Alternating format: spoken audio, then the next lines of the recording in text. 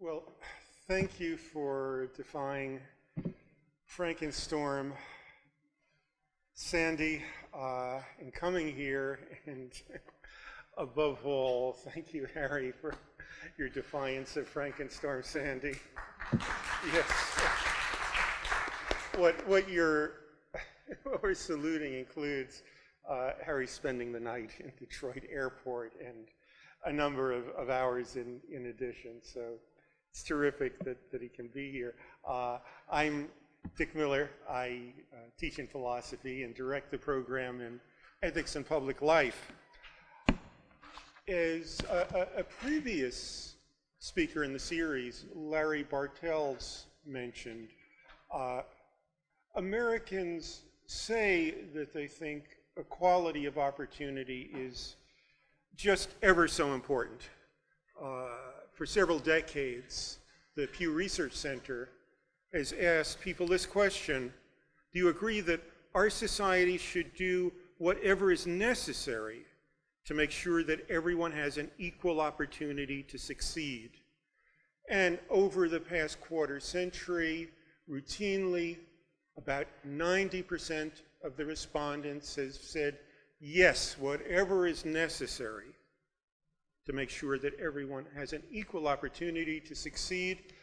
Larry Bartels' response was, what are these people talking about? And one can see that there's a problem. Differences between families guarantee that everyone won't have an equal chance to succeed. If local schools are funded by local property taxes, by and large, people won't have an equal opportunity to succeed. There's not much support in practice for doing a great deal to reduce those differences that family differences make. There's not a great deal of support, certainly nothing like 90%, for the transfers in tax money that would reduce those educational differences. So we've got a combination of great enthusiasm and great reluctance that poses some stark questions. And they're politically important questions in the president and in the debates. After all, both candidates for president were very clear that an American dream, which they identified with equal opportunities for success, must be protected, and they were very clear, both of them, that they supported educational reform to advance this. So big political questions, right? What's fair equality of opportunity, which I guess is what people really mean? What's the role of education in reducing disadvantages that interfere with fair equality of opportunity? These are also profound intellectual questions. And because of his insight into these questions, our speaker today, Harry Brighouse, is a central figure in American public intellectual life. Harry Brighouse is professor of philosophy at the University of Madison-Wisconsin, where he holds a joint appointment in education policy studies. He's co-director of the Spencer Foundation's initiative on philosophy and education policy and practice. In these and other roles, he's one of the leading philosophers shedding light on the nature of fair equality of opportunity.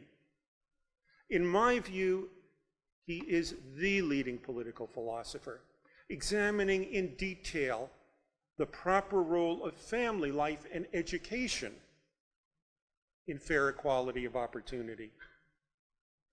And he is utterly unique in his powerful combination of this insight into norms with detailed investigation of what works, what doesn't work, and what holds promise in the way of education reform.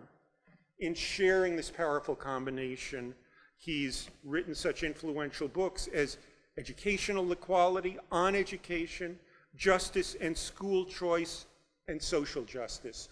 He's also the author of many influential articles. One of my favorite, which he's written with Adam Swift, is Parents' Rights, and the Value of the Family. He is co-writing with Adam Smith a book that, now you tell me, it's imminently coming out?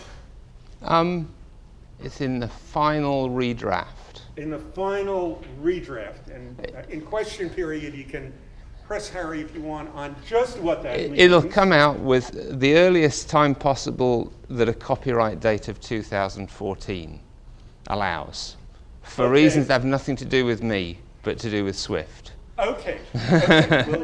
We'll take that passing of the buck. And this is, I think, one of the most eagerly awaited books in political philosophy. You know, you would think, since one thing we have in common is we all were kids and we all had parents, that central fact of everyone's life would be at the core of political philosophy and ethics. It hasn't been, and Harry and Adam, I think, are restoring it to its proper place, making their book, Family Values, long awaited. As part of this very special enterprise of combining insight into the nature of fair opportunity with concrete knowledge of the nature of inequality and the prospects of education and family policy, Harry will talk to us today on justice, opportunity, and education reform in the United States.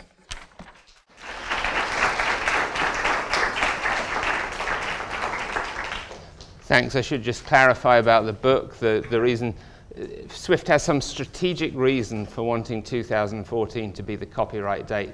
It's to do with government incentives, that's all. Well, I'm not going to be able to live up to Dick's introduction, I don't think, but I'll see what I can do.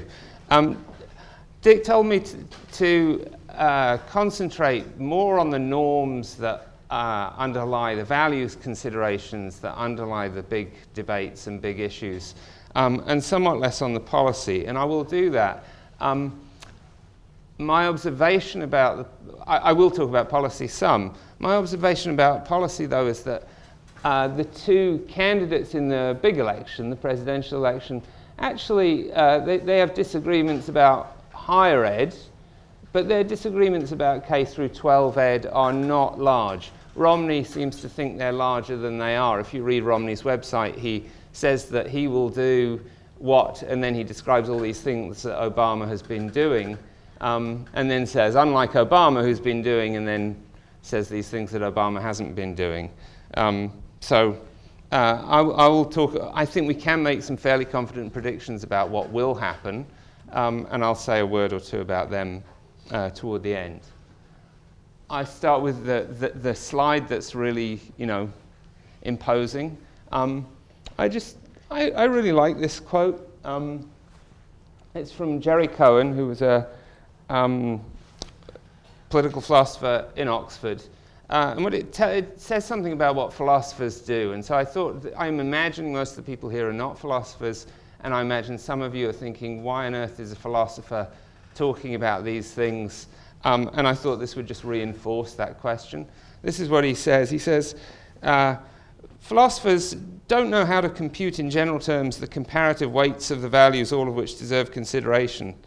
We're sometimes better than others at identifying distinct and neglected values that are worth considering. We have something novel to say about the ingredients that should go into the cake, even when we can say nothing about the proportions in which they should be combined. And then he says, philosophers sometimes end their articles saying, it's a task for future work to determine the weight of the consideration I've exposed, but nobody ever gets around to the further work. They wish they could, but they can't. If I can't even talk about the relative weight of different values, then I'm going to have a very hard time talking about reform. What Dick quoted or described Larry Bartels as saying seems to me to be a nice case in point. When you ask people, should you do whatever you can, whatever it takes to implement equality of opportunity, they say yes. But as soon as they notice that there are other values that might get interfered with, they are much more reluctant to do whatever it takes. In fact, they probably mean, and they may think that the question means, should we do whatever it takes other things being equal, or should we do whatever it takes as long as we don't sacrifice other important values? Part of my aim today, one of my aims is to just talk about equality of opportunity and talk about why it matters, and tell you the depressing story, which you already know, about how it is that we don't have it. But I also want to talk about another value, a value that is often considered to be in deep conflict with equality of opportunity, the value of the family, the value of successful family life. Dick said himself, you know, if you allow people to grow up in families, you're guaranteeing that you won't get equality of opportunity. I think that's right.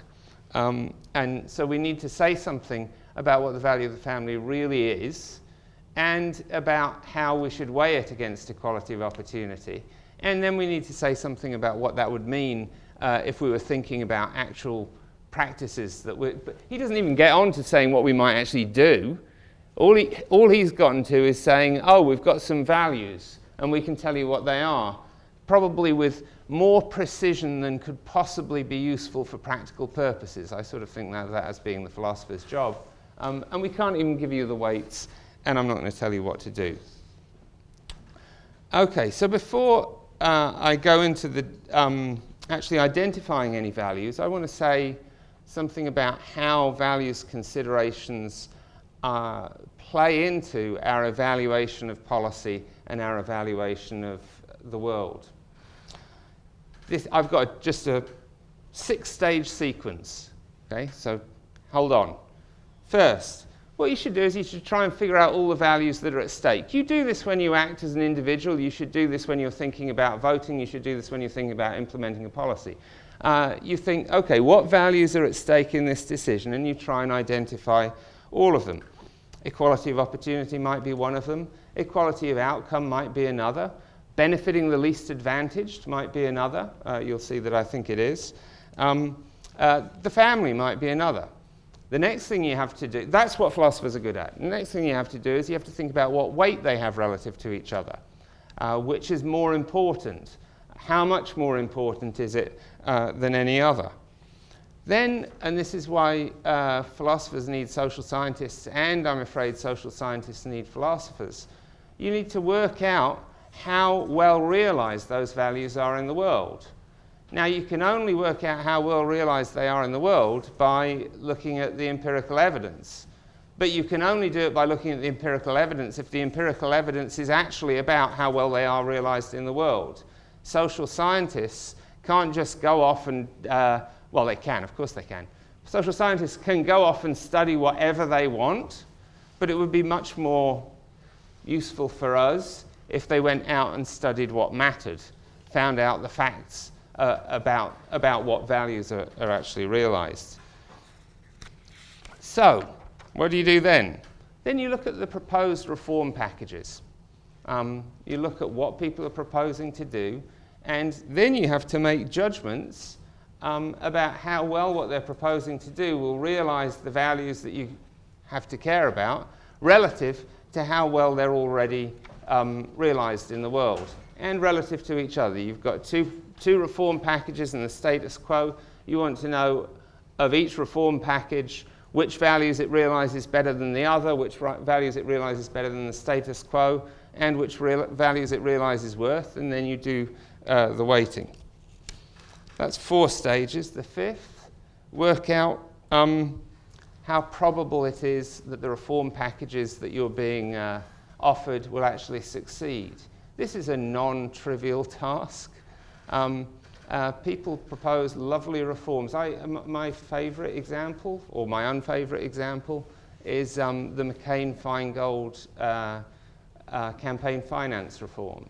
So McCain-Feingold campaign finance reform sounded great, looked great when it was passed. The consequence of passing it has made things way, way worse in terms of campaign finance than it was before. Why? Because just about everything good and just about everything good within the package was struck down by the Supreme Court, leaving only the things that would only make things better if the good things were left in, and will make things worse when the good things are taken out. Are you depressed yet? And then the sixth stage is then you make a judgment. You make a judgment about which reform you're actually going to support and how you're going to support it. Now, usually we're talking about fairly small improvements, because usually in normal politics, with respect to any reform, but even with respect to any government, they're not going to make things much, much better. They might make things somewhat better. I've had, for the last 15 years of my life, I've had at least one young child in the house. And one thing you learn if you've got at least one young child in the house is that it's quite difficult. It's much more difficult to build things up and make them better than it is to absolutely destroy them. A 3-year-old can destroy just about everything in your house in about half an hour. It takes months to recreate it, right? Making things better is difficult, and most politicians have very limited space for action. They've got quite stark feasibility constraints. Obama, nobody would have chosen to come into office in January 2009. That's, if you were thinking about, I want a poison chalice, that's what you would adopt. If he succeeds in being re-elected, it will be astonishing, because really nobody elected who took office in January 2009 should be capable of being re-elected 4 years later, in my opinion. Things were terrible, and things were not going to get much better, and things were going to look pretty bad at the end of those 4 years. Okay. That's the first slide. I've got 40, so we'll be here a long time. The 40 wasn't a joke, that the long time was. So we're thinking about broadly speaking education reform, or education policy. And I say broadly speaking advisedly. Well, so we need to think about what values are at stake. What values should we be thinking about promoting? And I'm not going to argue for any of these. I think that each one of these values, you might interpret it somewhat differently than I do, and then we could have an argument about it. But all 5 of these values are values that you really think, I don't want to put words in your mouth, that I think that schools and the education system in general should be aiming at. They should be aiming to ensure that each kid can make a contribution to the economy and can navigate the economy pretty effectively. They should try and make sure that each kid can and is somewhat inclined to be a responsible citizen. Childhood itself, and the 5th one is a bit special because I think that the other 4, they go together very nicely. I think that childhood itself is an important stage in a life. I don't know how many years you expect to get in your life, but 18 of them were as a child, and I know that for most of you that's past, so it doesn't seem as important now. But when you're living it, it's important. And you know what schools are like. You all went to school, and what they do in schools is they put you in this room full of 30 people, and one of them's a bully, if you're lucky. Often there's 1 or 2 others. Several of them are crazy. 3 of them are people who just don't like you. And there's this grown-up basically controlling everything. Now, if we're going to subject kids to that, A, we better have a payoff. There'd better be some gain for them later on. And B, we'd better think about what that lived experience is like and make that lived experience just minimally tolerable and ideally quite enjoyable. Many people here are too young to have listened to you all know Pink Floyd's Just Another Brick in the Wall, right? I mean, if you don't know Pink Floyd's Just Another Brick in the Wall, listen to it afterwards. You can, I'm sure, on YouTube. We don't need no education. If you listen to that song, it's not like it was some quirky, weird, rebellious song. What he does in that song is he describes what a lot of schooling was like and was meant to be like. People deliberately made children's lives pretty miserable because they thought that was the way of getting them to have successful adulthoods. Now, if you think about that, there may indeed, maybe they were right. Maybe there's a big trade-off between adulthood and childhood. And if so, I don't think the trade-off always counts, should always be decided in favour of adulthood. Maybe we should tolerate slightly less good adult lives for the sake of having less intolerable times in school. So I think those as the aims values. And now I sort of think about the distributive values. Now the one, I'm not going to talk about the second, but the first, equalizing prospects for educational success. That's not exactly the same as fair equality of opportunity. In our world, in our environment, it is very closely related to equality of opportunity. It doesn't need to be. It doesn't need to be that you have to be educationally successful to be successful in life, for example. We'll come back to the UK later, but we're blessed with a small group of people, a family in fact, who have no need to be educationally successful at all, because they get to be king or queen or whatever. They could fail all their exams. Indeed, I think Prince Charles came pretty close to most of them, and he still gets to be king, which is very nice.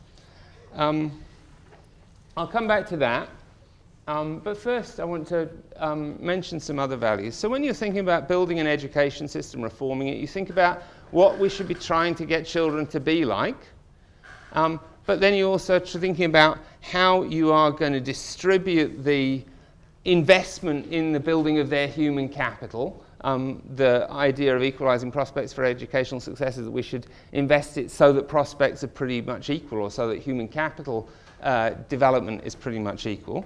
But there are other values. There are some balancing values. So think about the physical and psychological integrity of the person.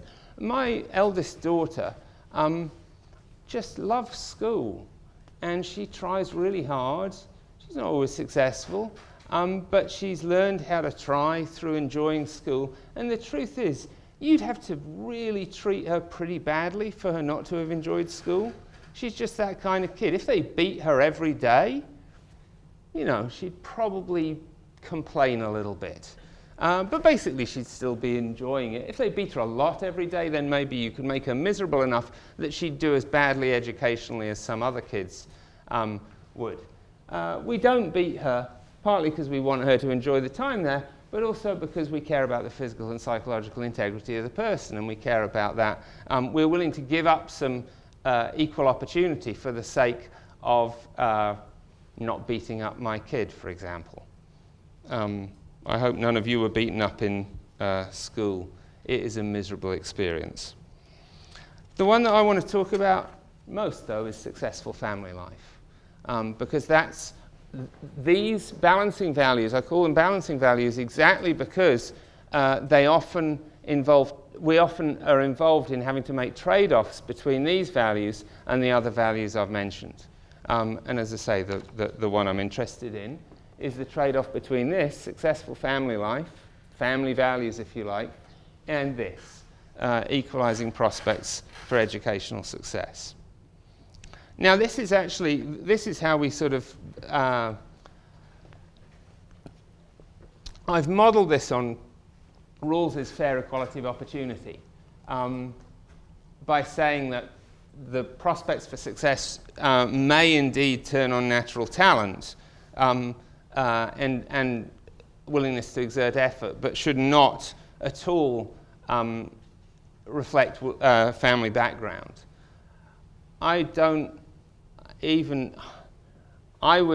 If we were in a different circumstance, I would argue for an even stronger variant of this in which prospects should not even turn on natural talent. That might sound like an odd comment, and I can explain it later, but I'm not going to just now. So what I want to do is go in... all right, I'll do one more thing. No, I'm not. I'm just going to flip through and go to the fairness argument. So why should we care about equalizing prospects for educational success? I think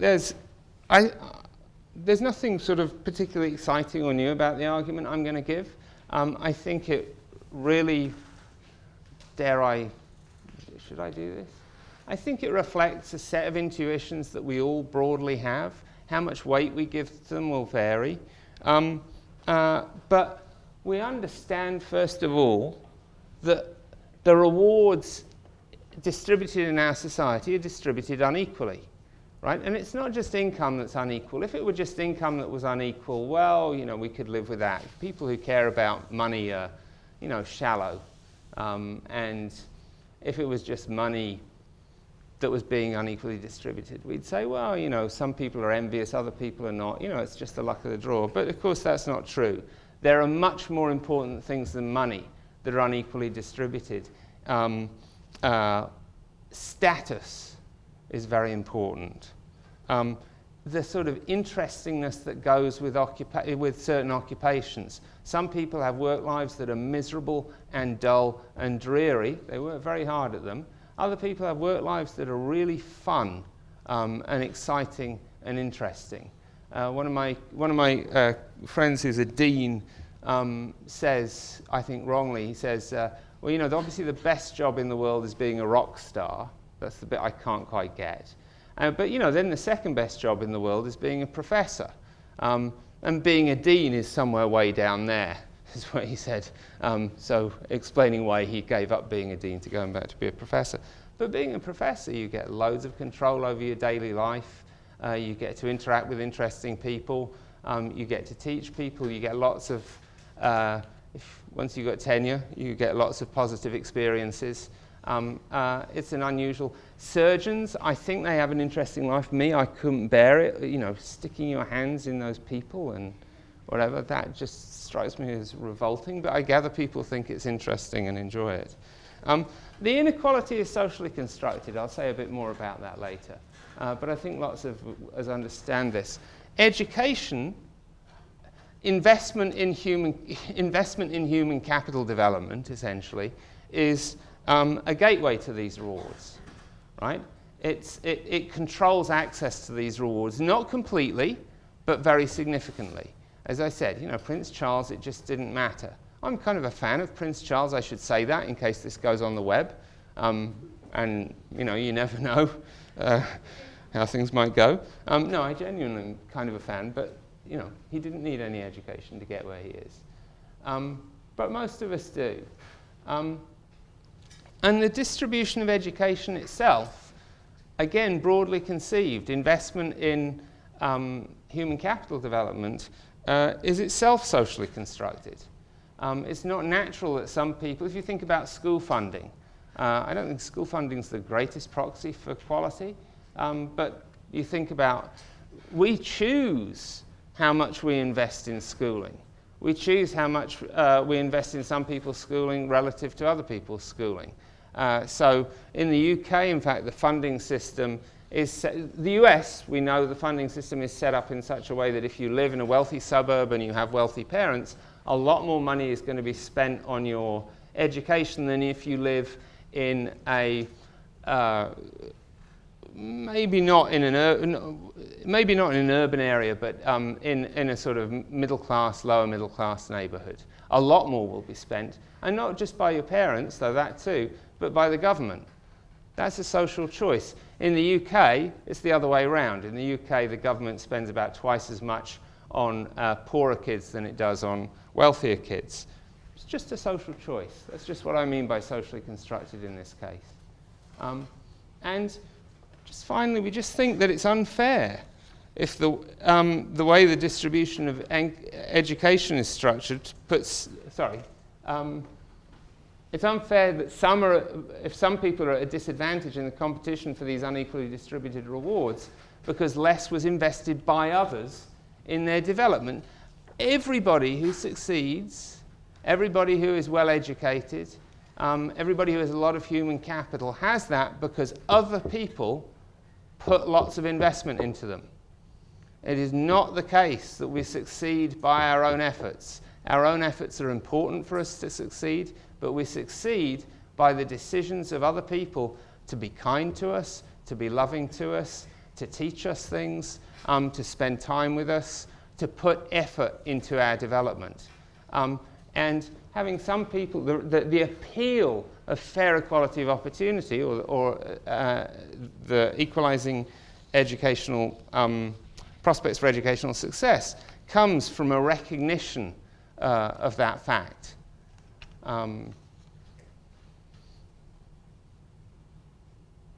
I'll say a word about the social construction of talent, but only a word, because I don't want to go too long. The social construction of talent is kind of deep. So one thing is that whether a characteristic is a talent itself depends on the social environment, or whether we count it as a talent. So I have this amazing talent, or at least it might have been a talent in another social environment. When I was a teenager, because I didn't drink and I didn't smoke and I was essentially extremely dull, I used to sit with other people who did all of those, well, those and other interesting things. And I didn't have much to do. So what I learned how to do was, with a matchbox, I could open a matchbox, take out a match and strike the match with one hand. It's not easy, in about half a second, which is really fast. Okay? And you know what? Nobody's ever paid me to do that. I think that's a talent. And in another, in a world in which people couldn't play basketball, in a world that was devoid of basketball talent, maybe that's what people would choose to pay people for. But in our world, people choose to watch basketball instead. So that doesn't, in fact, get to be a talent in our environment, but it might have been in another. If you think about it the other way, dyslexia. So dyslexia is a deficit. It's a disability. In our environment, pre-literate society, no problem at all. Actually, in Italy, I believe, not a problem at all. Why? Because Italian is spelt phonetically, and it's the non-phonetic spelling that really sort of triggers the problem of dyslexia. And this is a social choice as well. We could all speak Italian. We do not have to speak English. Our society chooses to continue speaking English. We could speak Latin, which would be more sensible altogether, and then dyslexia wouldn't be such a significant problem. The second way is that which talents are fostered depends on which are valued. So it's not the case that, so I fostered my wonderful talent in match striking. But nobody else was going to bother to invest in that. Other people invest in developing the talents that they at least perceive to be socially valued.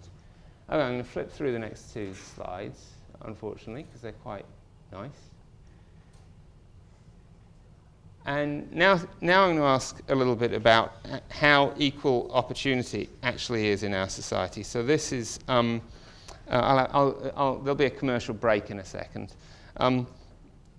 This is just obviously there are people here who do this kind of study. This is an income elasticity study, and it compares a bunch of rich countries.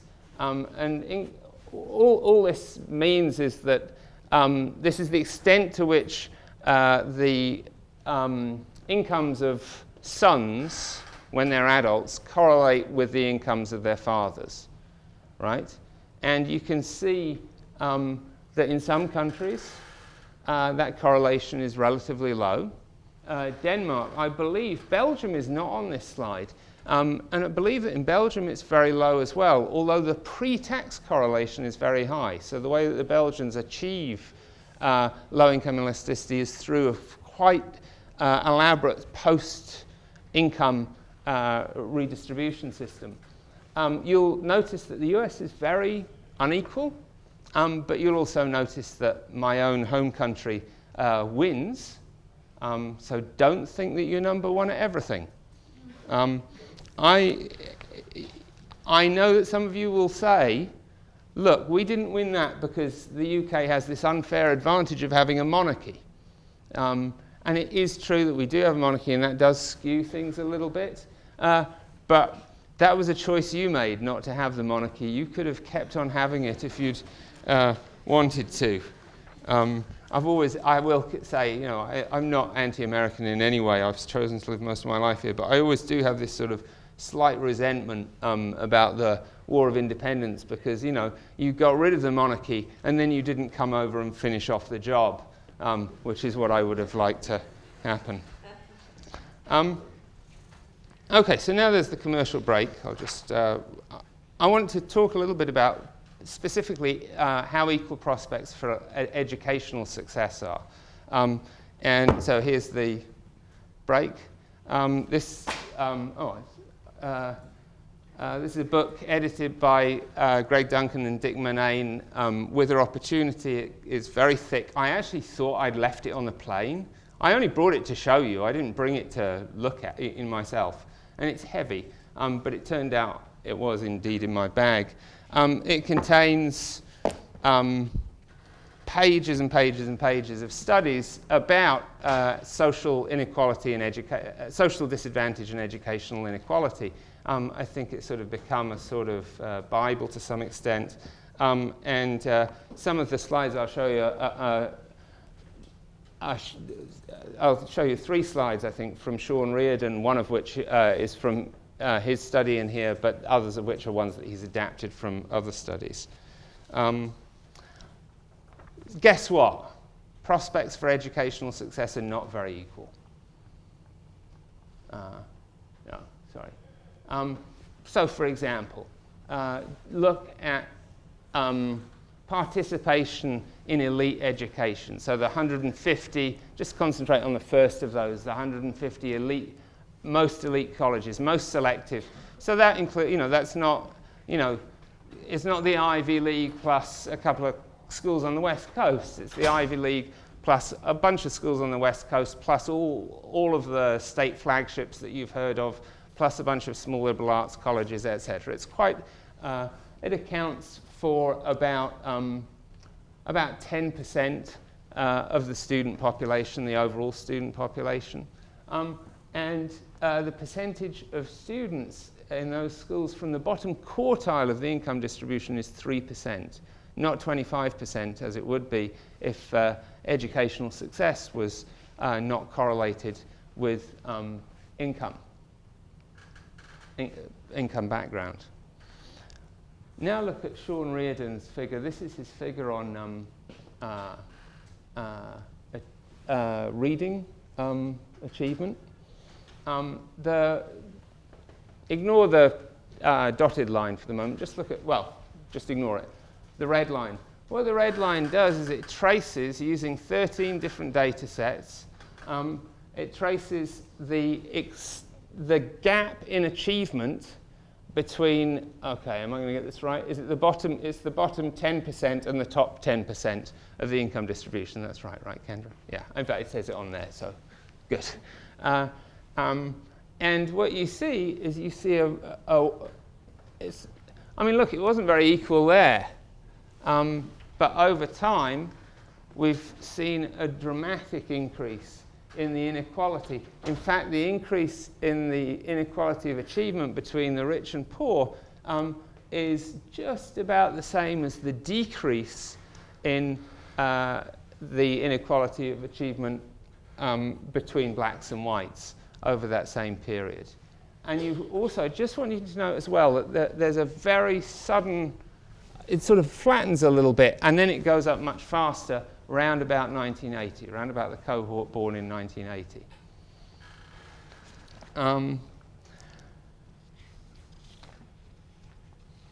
There's a reason why, the question is what causes these unequal prospects.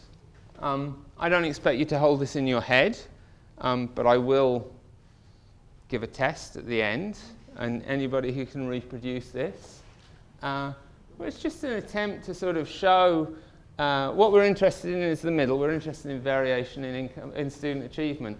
And government, by the way, appears twice on here. It appears at the top and at the bottom. Variation in student achievement is explained by a whole variety of influences. And I don't know anybody who would claim they knew the precise proportions in which these different influences operate. But school behavior is just one of them. The behavior of the school is only one of these. My guess is that you can only do so much about unequal prospects for educational success using the school. Inequality sets in early.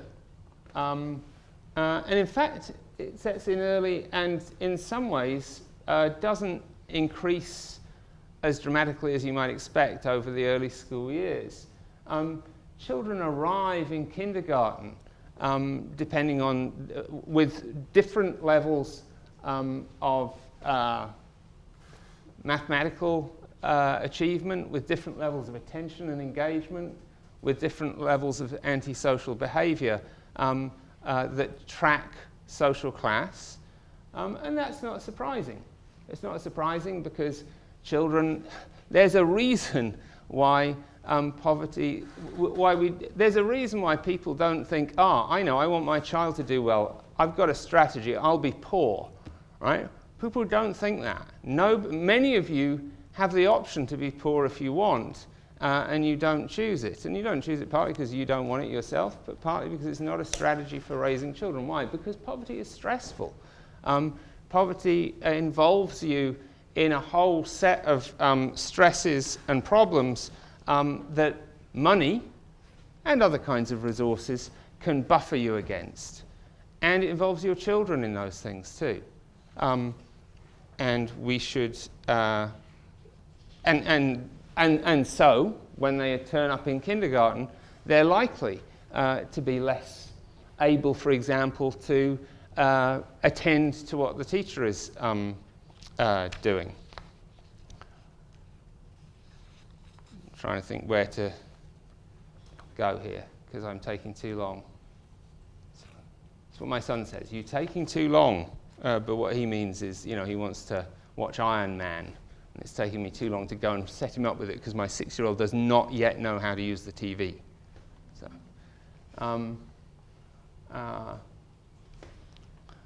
disadvantage and advantage are transmitted by a number of different mechanisms. You saw the chart. And again, I don't think anybody knows how to I don't think anybody knows the exact proportions in which these mechanisms work, but the ones I'm interested in for my purposes are the last two there. Because I'm interested in the family, I'm interested in enrichment expenditures, or more generally, parental behavior, parenting practices.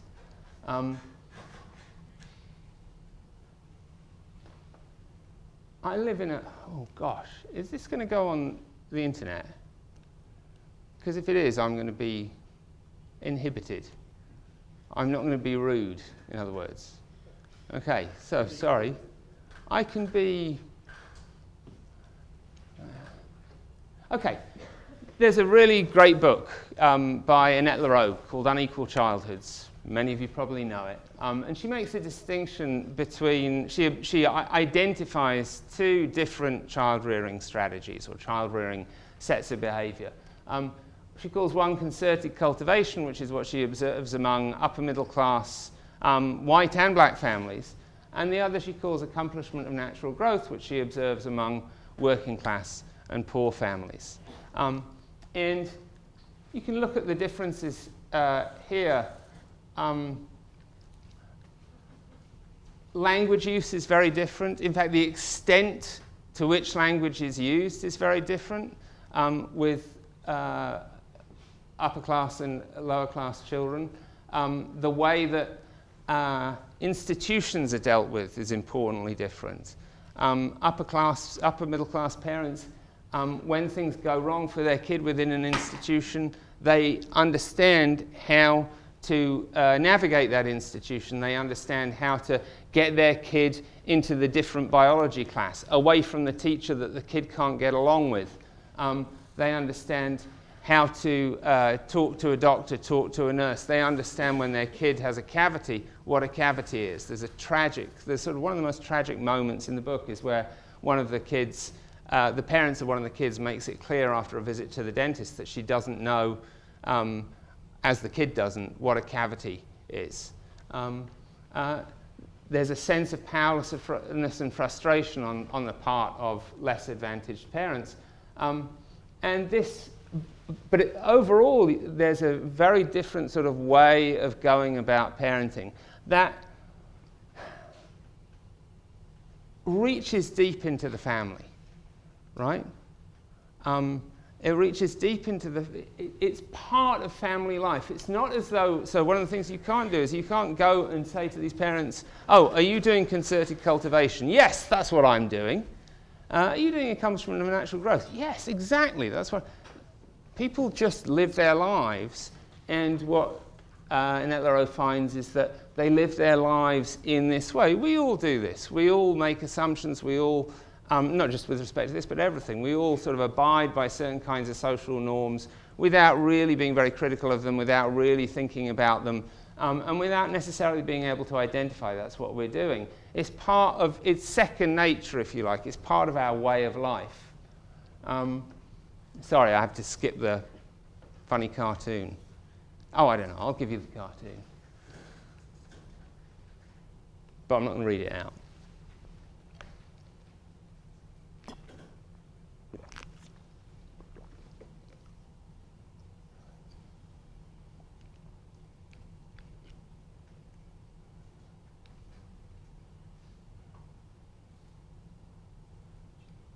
I can't tell whether nobody's gotten to the punchline or whether nobody thinks it's funny.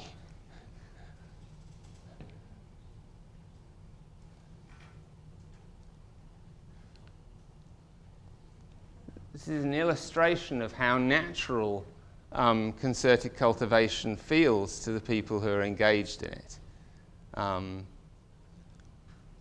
I move on? I don't want to deprive anybody.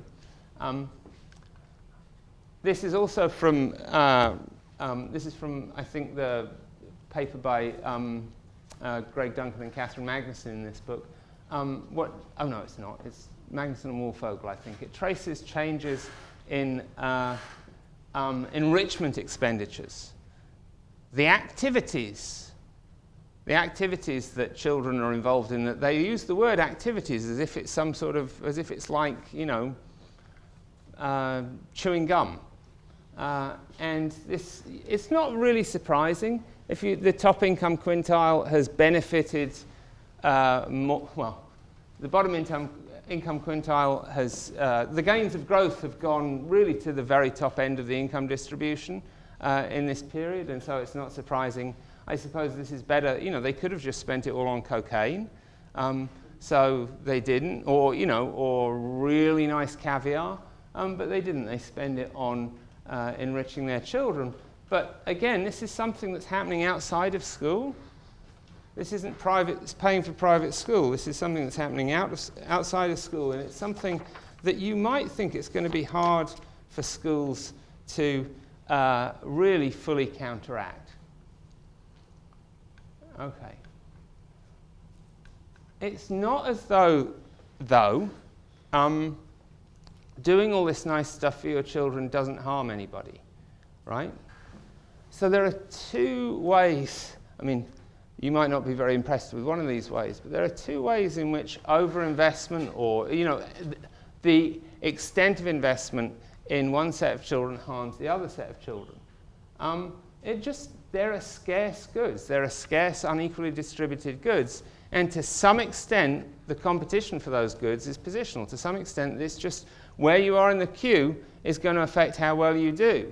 And the extra investment in my kid pushes my kid up that queue relative to some other kid who therefore doesn't get as much of this good stuff. And again, it's good stuff. This isn't being shallow. This isn't income. It isn't great TVs or something like that. This is including really important stuff. The other way it harms them is that there's an opportunity cost. And in one way, you might think this is sort of, well, that's a philosopher saying that we should care about you know, I wouldn't have been reading a bedtime story to somebody else's kid. I wouldn't have set up a trust fund for somebody else's kid. No, that's true. But if we lived in less segregated neighborhoods, my kids would be friends with different kids. I do a lot for my kids' friends. I do a lot for my kids' friends. I spend money on them. I argue with them about philosophy. I tell them they're wrong about all sorts of things. I actually have a parent who thanks me for the fact that her child has to think about certain things that are not true. I am kind. I tell them jokes. They get to hear my accent, which they like. If they are different friends, all that investment will be going into those different friends. And if there were non-segregated neighborhoods, that is, if there were socioeconomically integrated neighborhoods and socioeconomically integrated schools, some of those kids would be in my house. There is a real opportunity cost for those kids to to the way we have things set up. Okay. Well, how might you intervene to try and do something about inequality of opportunity? There are 4 obvious places. The most obvious place I would have thought would be macroeconomic policy. You might intervene in neighborhoods. You might get directly into families. Oh, and then there's schools. Almost all of our discussion of inequality of opportunity, almost the one tool that we have sort of landed on and decided to use is schools. Duncan and Murnane, in their introduction to With Opportunity, an ad again, discuss a series of ways that you might intervene, and they identify broadly these 4 types. And I am not saying we shouldn't intervene in schools. I think there are all sorts of things we could do to improve schools and to improve inequality, the inequality of quality of schools, but they don't seem the most natural, the most obvious place to go. This is a quote from Richard Rothstein, and he just goes through in detail. Poor children in general, not read to aloud as often or exposed to complex language and large vocabularies. Their parents have low-wage jobs and more frequently laid off, causing family stress and more arbitrary discipline. If you're under stress, you do not discipline your kids as well. Any of you who've gone through, who have children and who've gone through sort of curves in your life or kinks in your life where you've suddenly been under stress, you know that you're not as good. It's not that there's something wrong with people who don't discipline their kids well. If you're under stress, we're all like that. I'm going to skip through this. And so how would you intervene in schools? Finally, I'm going to say a word about policy, and then I'm going to very quickly say something about the family. So I think this is a consensus among the candidates, and I think this is a consensus not just among the candidates, but in sort of, elite opinion, really. The race to the top really was an amazing success, in one sense of success. What Obama and Duncan were able to do was they were able to use the race to the top to leverage huge amounts of change in states with really not very much money. The federal government has no power directly over education, and so the trick for a federal government is to figure out how to leverage states to do things, and Race to the Top enabled them. The Chicago's teachers' strike was about this, was about using test scores to evaluate teachers. You're going to see that spreading all over. To get Common Core standards adopted, I think Common Core standards are a good idea. It's not like this is all negative.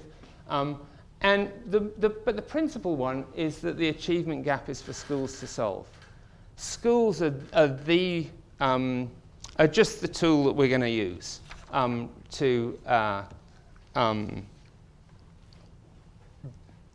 to equalize opportunity, even though they don't look like they're going to be a particularly good way of doing it.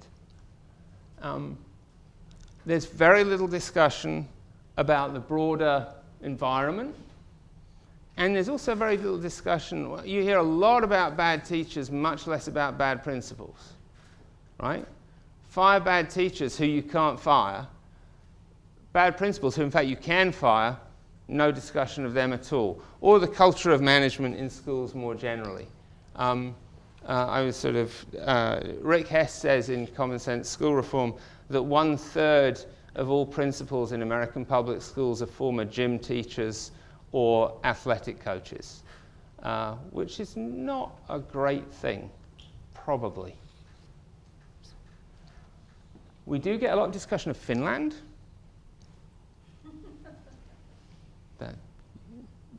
Okay, so one person knows the Monty Python song, but Finland really, I don't like the discussion of Finland because it doesn't seem to me that Finland is very comparable to the US.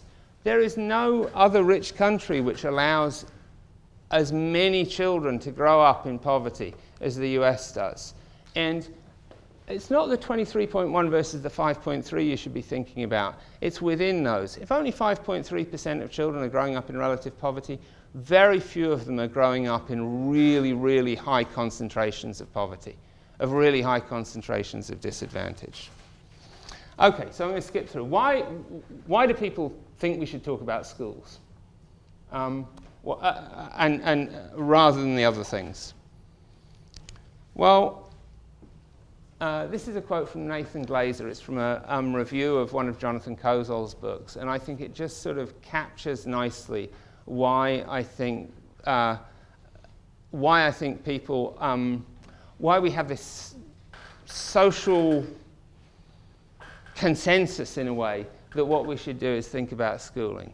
Why? Because there's this other value, the value of freedom from state imposition when it affects matters so personal as the future of one's children.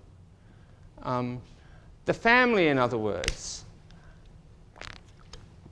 the ability of parents to have some control over what happens to their children, over how their children live their lives, is so important that we are going to resist measures that would equalize opportunity. Schools are sort of outside the family. Schools are places where we can actually intervene. Okay. I'm going to go for 7 more minutes. I already said I was going to go too long, and I've gone too long. And I just don't want to make you feel like it could go on forever. So I will stop at 7 minutes, regardless of where I've gotten to.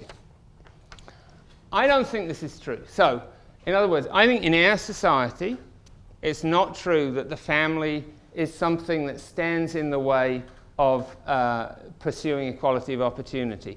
Properly understood, the value of the family allows us to do many things beyond just changing the way we do schooling. And this is because I think what we need to do is think about why the family is valuable.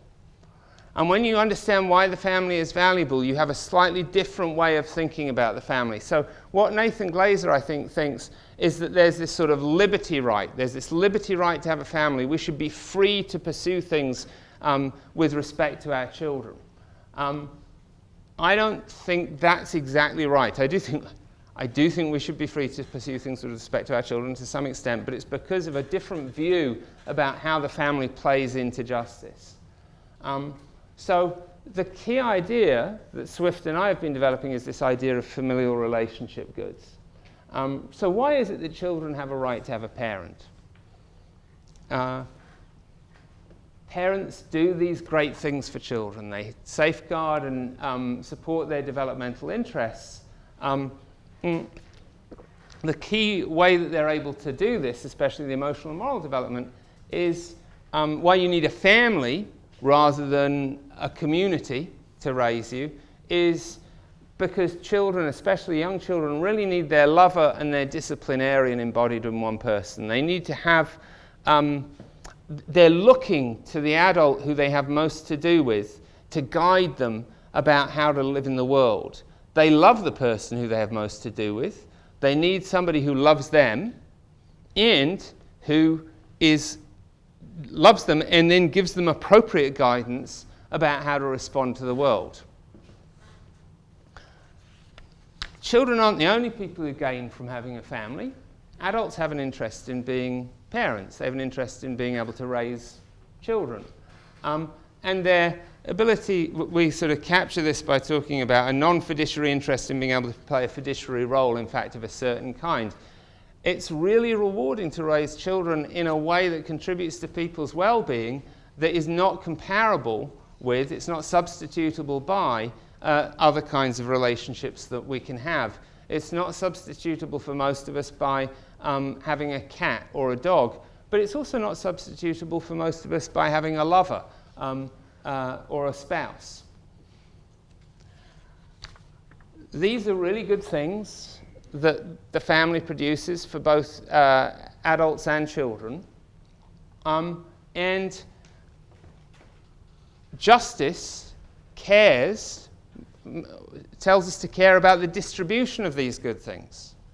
So justice tells us that what we should care about is making sure that it's not that there's justice here telling us we should distribute stuff, and then there's the family here constraining that. The goods that the family produces, the good of successful family life, is itself part of what we want to distribute. It's part of what we want to distribute more equally. And if you see things that way, you have a distinctively family values justification for objecting to poverty in particular, to relative poverty in particular. Why? Because poverty, which is unnecessary. Look, if we lived in a different kind of society, you might think that poverty was necessary. The kind of poverty we have in the United States is not necessary. It is a social choice that we have made and we continue to remake over time. And it makes it more difficult for those people who face those conditions to enjoy the goods that come to people through having successful family life. There are many interventions, in other words. There are some interventions that would damage family life for those people. But there are many interventions that wouldn't. There are many interventions that would improve family life, make it more the case that they are able to participate in these great values. So, think about inclusionary zoning. This is one of the things Richard Rothstein proposes. We have an inclusionary zoning statute ordinance in Madison, which requires that all new development include a certain amount of housing set aside for low-income families. It's not brilliantly successful. It's very hard to monitor. It's very hard to maintain over the long term. But people will object, and they do object to inclusionary zoning because it makes it harder for people to raise their children the way they want to. Why? Because, well, if I want to raise my children among other children who are like my children, inclusionary zoning tells me I have to live in a neighborhood with children who are not like my children. Yeah, that's true. It does restrict the capacity of more wealthy parents to raise their children as they see fit.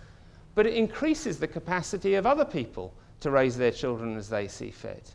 Inclusionary zoning doesn't violate a freedom, it redistributes a freedom, if you like. It redistributes the freedom and the goods that are yielded by that freedom. I've just given a list of broader, bolder programs. Nurse family partnerships have been championed recently by James Heckman. These are usually means tested. They're targeted to low-income mothers, usually single mothers, younger mothers, and nurses enter the home. Nurses give advice. Nurses, to some extent, monitor whether the children are being well treated. But the experience of these nurse-family partnerships does not seem to be that the nurses come in and take over and piss off the mothers. What it seems to be, and in Britain we have this, everybody has this experience. This is a universal program in Britain.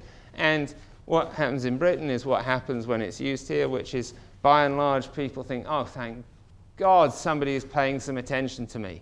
When you first have a kid, it is incredibly stressful. You don't have a lot of knowledge, you don't have a lot of support, and somebody comes in who does have knowledge and has some sort of institutional support and makes things easier for you. Better for the kid, but also better for the family. The Baby Academy, some of you will be familiar from the Harlem's Children's Zone. I really am going to finish. It's part of the set of programs that Geoffrey Canada has put in place.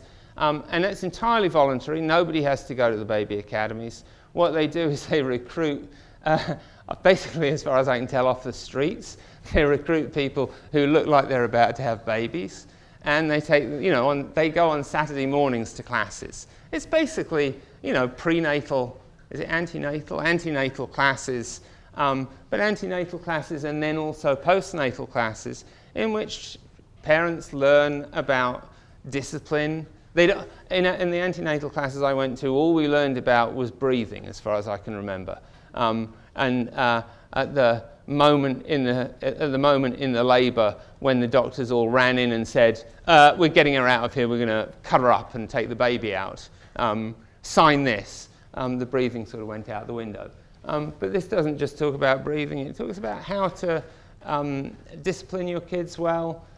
Helps to give people a kind of support that they need in order to not to defeat or denigrate their family life, but in a way that benefits their family life often. So,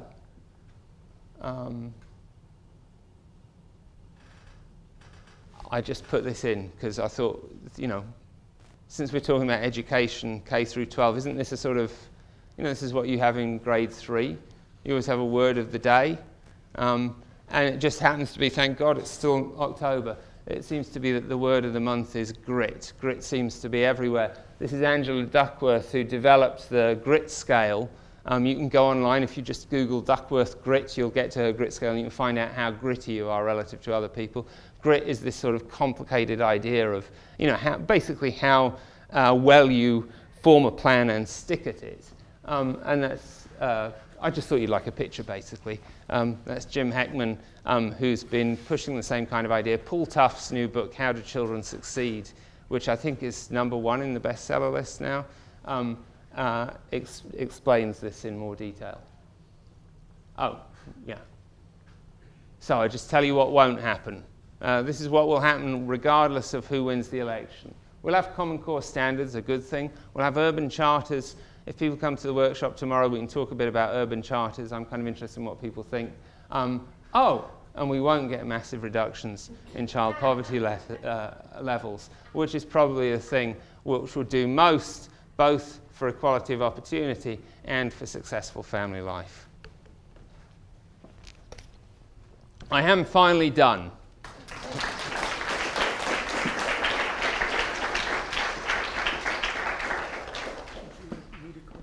Yeah, I do. I want you to call on people. Okay. Because you never know.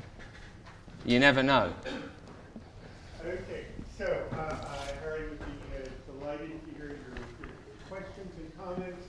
Only one rule. Would you please stand up and speak loudly because it's the only way that we need to hear you.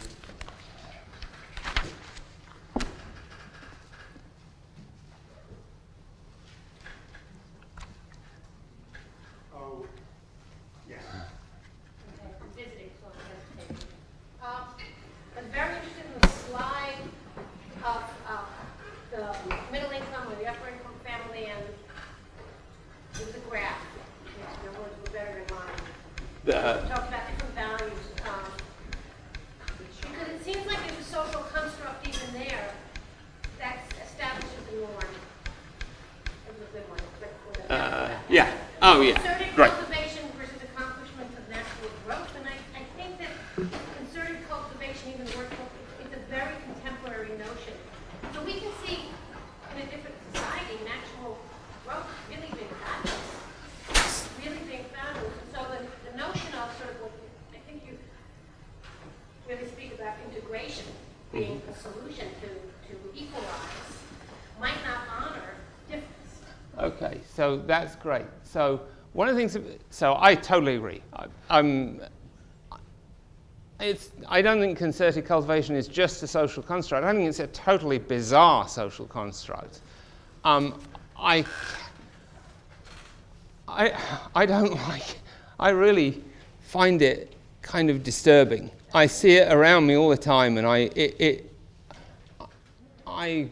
I mean, it's not just that it's not better than accomplishment of natural growth. A lot of the elements of accomplishment of natural growth just seem like just morally preferable to me. And Annette Leroux is very careful not to say this is better than that. What she does say, and I think it's right, is that in our society, which is screwed up in all sorts of ways, she doesn't say that, this is a better strategy for doing well in the competitions. Sorry? Well, that's right. So that's right. It makes you more likely to get into fancy colleges, but there are all sorts of other ways. And she talks very specifically, there's a lovely passage where she talks about learning to look people in the eye and learning to give a firm handshake. Now, those two things strike me. So there are other things about concerted cultivation. Grit is really valuable. Basically, grit is really valuable whatever you want to do in life. It's just universally a good thing. And my guess is some aspects of this, especially the language use stuff, probably promote grit better than others. But looking people in the eye while you're talking to them and a firm handshake, those are totally social constructions. It has taken me, it's only since I read her book that I've started looking people in the eye. I've been trying for 5 years. It is really hard. My students used to, well, they still do sometimes, you're talking to them and they start going like that. They're wondering what it is you're looking at.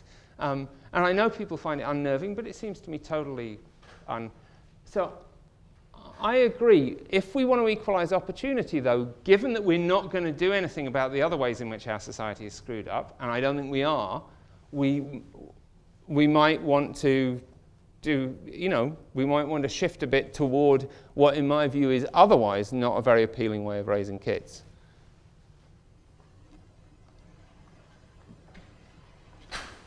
Harry, could you talk a bit about what our take-home lesson about education reform should be?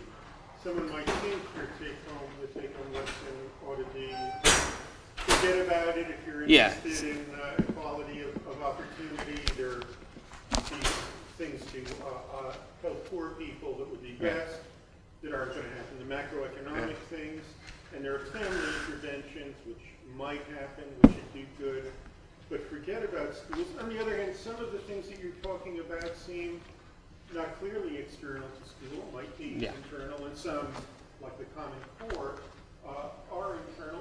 What are the prospects of really doing good for fair opportunity within schools? Right, so Danielle told me at lunchtime that you would ask me for a sort of more, something that wasn't totally pessimistic to say.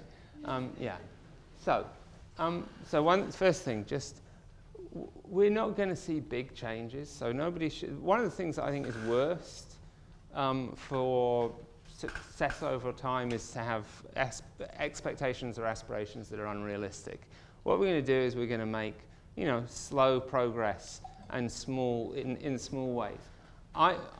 It all depends on how the testing regime works out, but in my view, the Common Core standards are basically a good thing. And think about this. So we lack in this country an infrastructure for teachers to learn how to instruct poor children well. Now, the Finns don't, nobody knows how to really massively improve the cognitive development of kids who live in high concentrations of poverty. We don't know how to do that. But we don't even have the beginnings of an infrastructure for learning how to do it. And you think about college-bound kids. College Board has developed an entire infrastructure around AP through which teachers learn what works, what doesn't work. They're engaged. It's, College Board is small, it's not government. But for that level of kids, we do have a kind of infrastructure. And I think the Common Core standards, as long as we retain the one really good thing about No Child Left Behind, I know nobody's allowed to say anything nice about No Child Left Behind, but there's one really great thing about No Child Left Behind, which is that it forced schools to disaggregate their achievement. So schools could not carry on looking like great schools because their mean achievement was high, while neglecting to do anything for the 10% of kids who were the lowest achievers. Forget them, we're never going to get them very high anyway, and we're still going to look good. The requirement to disaggregate reporting is really important. And if it were coupled with testing that was sensibly done, and I understand that's a really difficult problem, tied to Common Core standards, I think that would enable us, without spending lots more money, to improve the kinds of instruction that the kids who are in the sort of bottom 50% of the achievement distribution receive. So that would be a really positive thing. Could you explain Common Core standards and how they avoid what, as a teacher, strikes me as the horrors of teaching to the test? Yeah, so they don't avoid the, well, we don't know whether. So the tests are not in place yet, so we don't yet know about the tests. The Common Core standards are very detailed. The English and math ones which we have, I don't know anything about math, but the people I know who do think the math ones are pretty good. The English ones look pretty good. They're the kinds of standards that you probably would want to use. They've been adopted by almost all the states in their pursuit of race to the top dollars, which most of them have not gotten, but they had to adopt this in order to be eligible to compete. Teaching to the test, if the test is good, is not a bad thing. Teaching to the test if the test is bad, or if the test has these, if you know the same questions or almost exactly the same kind of question is going to come up over and over again, well then you can teach to the test without actually getting any learning going on. But if the tests are well enough designed, and that's an expensive business, getting people to teach to the test is a good idea. One of the reasons it's a good idea, or one of the reasons that it helps you build an infrastructure around instruction, is that currently the practice in middle and high schools, in large numbers of middle and high schools, is that teachers teach in their own rooms without ever watching anybody else teach, and without really knowing who's doing well and who's not doing well.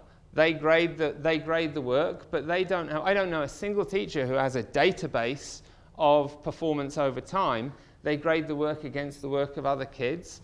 They don't really, it's very hard to get information about whether real learning or what kind of learning is going on. It's hard to get information if you know you're failing with some group of kids.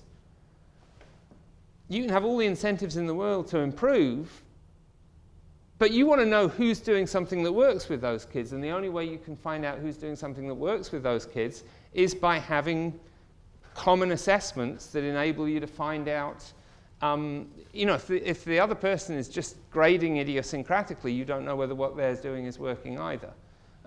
So we want some teaching to the test. We don't want too much of it. There's lots of perverse incentives in bad design, but it's not... Look, it could be a horror. It all depends on how it's done. Steve? Well, just to clarify the Steve Orman. I mean, the Common Core standards are really much more about aligning the curricula than they are aligning the particular tests. I mean, they're designed to some extent by international comparisons that we've got. We're going to catch up to Singapore and Finland. But it's not the case that they're really set up to develop testing perception. And which makes them even better, because they're actually putting forward a common understanding of what second graders should know in math, and taking it to the countries with bigger testing. So, and I think if you keep the disaggregation of test scores that which have institutionalized, it's actually very good mechanism. The tests that will be developed around them can't be worse than the tests that we currently use. They're not much. Actually, they're not going to be much different. I know they're not going to be much different, but yeah. Yeah, exactly. So it provides lots of information and provides something around which skills can be built. Yeah. While I'm standing up, though, I mean, I think one of you minimize the differences, I think, between the two candidates. That is Romney and Obama. I mean, there is this big proposal for Romney to take the $15 billion Title I spending and turn it into a voucher program in urban areas, which is sort of impossible to imagine how that could happen, and so I think it probably wouldn't happen. So that's sort of what And then the other one is that Obama, I mean,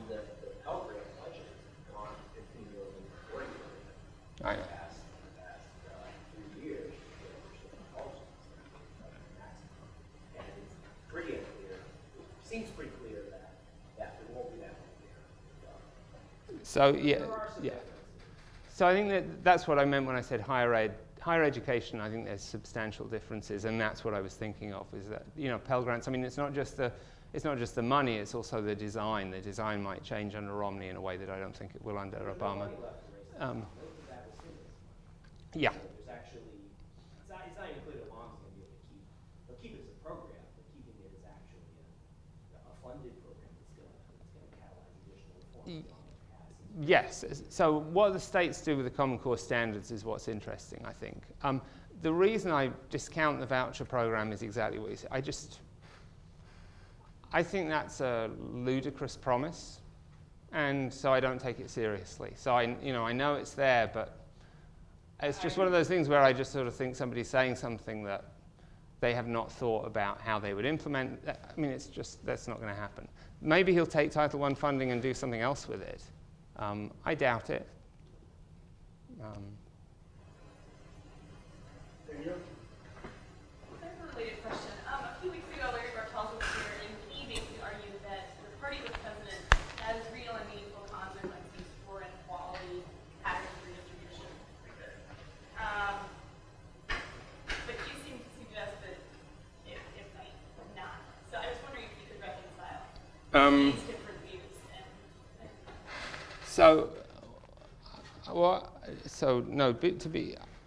Okay. I think the big difference is not through education policy. So if it makes a difference, it won't be through education policy. It will. I mean, what we think of as education policy, schools policy, although maybe higher ed. It'll be through macroeconomic policy. It'll be through the way that the tax regime works. It's really good. Jim Heckman says, just giving people more money doesn't make them better parents. And that's true. Just like just giving a school more money doesn't make it a better school. But money really does help. My guess is Obama is not proposing that we get rid of child poverty. He doesn't mention it much. He won't reduce it very much. But my guess is that child poverty is, will be less bad under Obama than it would be under Romney. And that really matters for opportunity. That really matters for equality of opportunity. My guess is that employment, the kind of employment that people who are in the lower end of the occupational structure, the kind of employment they have, the kind of rights they have at work, probably even their compensation packages, whether OSHA enforces things, those will all be different under Obama than Romney, and those all have effects, not just on them but on their children, right? So it's not that. So I do think it. I'm not very partisan. I'd never like anybody who runs for president, really, but or many offices. But I think it really probably does make a difference, but not through schools policy. I don't think schools policy is going to be very different, but through these other, more macro policies. Just as someone's taught in a more suburban high school setting and more disadvantaged urban setting, I just wanted to get your thoughts on the management aspect of it. So much of the school reform talk is about being very punitive towards teachers, holding them accountable for these test scores. And like you said, that there's not that much accountability to the management. In my experience, I saw very mediocre management in the more affluent district. Yeah. Meant that the achievement, even with all the advantages that you pointed out outside of the schools that these kids had, wasn't nearly as much better as you might have expected in this much more disadvantaged place that has much better quality management. Mm-hmm. It makes a tremendous difference that things are actually being done in classrooms and they're actually being observed and prepared. Yeah. Given time to work together. And I want to get thoughts on how you can improve that. Yeah, so Richard Elmore has some work on suburban schools, and where, the inner life of suburban schools, and his view is that a lot of suburban schools basically coast, and they coast because they can coast. And I think that the disaggregation of reporting has made it a bit more difficult for them to coast. I think the whole, teachers, it's so easy to blame teachers. There are a lot of them, and it's very hard to fire them, and they've got pretty strong unions that give lots of money to candidates, and so it's easy to sort of attack them. And but for those reasons, so for example, when somebody says I'm going to fire a whole lot of teachers, I just don't believe them. If you want to fire teachers, you do not talk about it. If you're serious about firing teachers, you do not go on about it. You just talk, you make friends with union leaders, and you make friends with teachers, and you make sure that they trust you when you want to fire somebody. Because there's lots of teachers want to fire some teachers. But where is this pool of alternative labour? Where are all these hundreds of thousands of people who will be the great teachers when we've gotten rid of the hundreds of thousands who are supposedly awful? I think it's really odd, though, that we don't talk more about management. These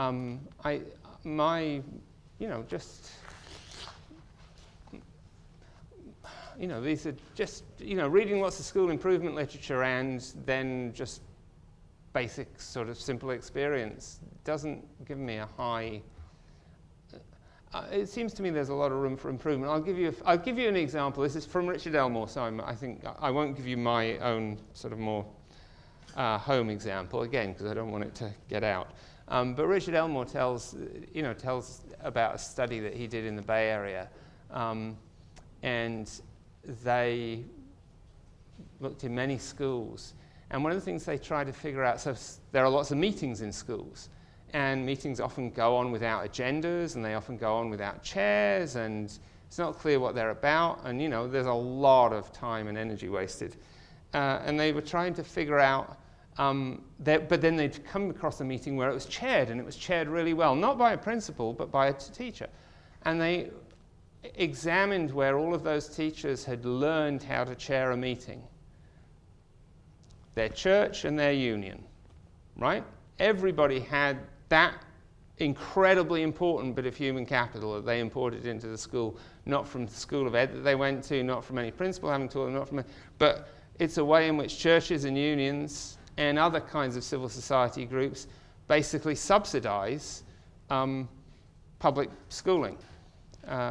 So I thought that was kind of tragic. And the truth is, most of the people I know who can chair a meeting well learned it from being in some tiny little left-wing group.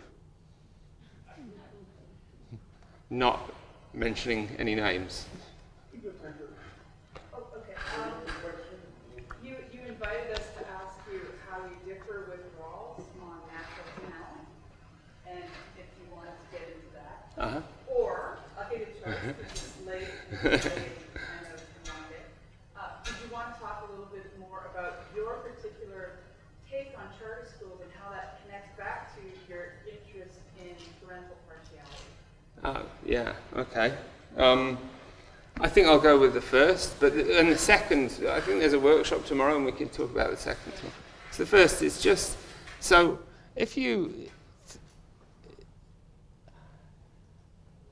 rules allows the natural talent can have an influence on outcomes. He doesn't require that it does. So it's entirely consistent with fair equality of opportunity that natural talent has no effect at all. It's only that social background mustn't have an effect. But natural talent might. I think inequalities deriving from natural talent are just as unfair as inequalities deriving from social background. They're equally arbitrary.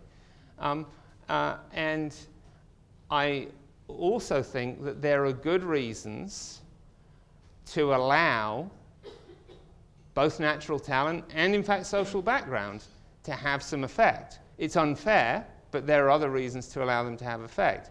So we would not want equality of educational outcomes across natural talent. Why? Because they'd be very low. We'd level down a lot, and that leveling down would be fairer. But what we think is that the more talented people can be productive in ways that benefit the less advantaged.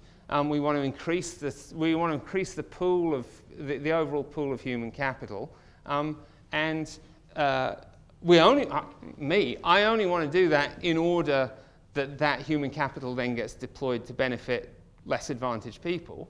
It's no good to me if the people who have the human capital get the entire return to that extra capital. I mean, it's nice for them, but I don't think that's just.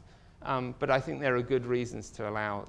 But similarly, social background. So despite what I've said, let's go back to Prince Charles. You know, the truth is quite a lot of effort was put and investment was put into his education. And I think he's done pretty well.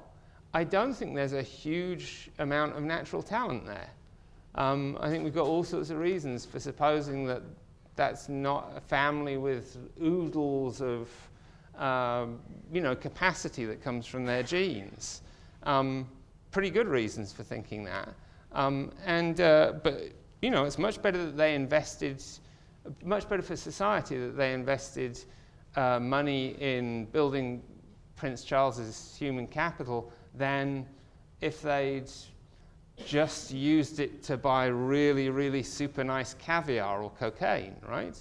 And so we've got, so if rich people use what they have to, if they're allowed to use what they have to invest in their children, and then we can deploy the benefits for the benefit of the less advantaged, I think that's a good thing. It's unfair though.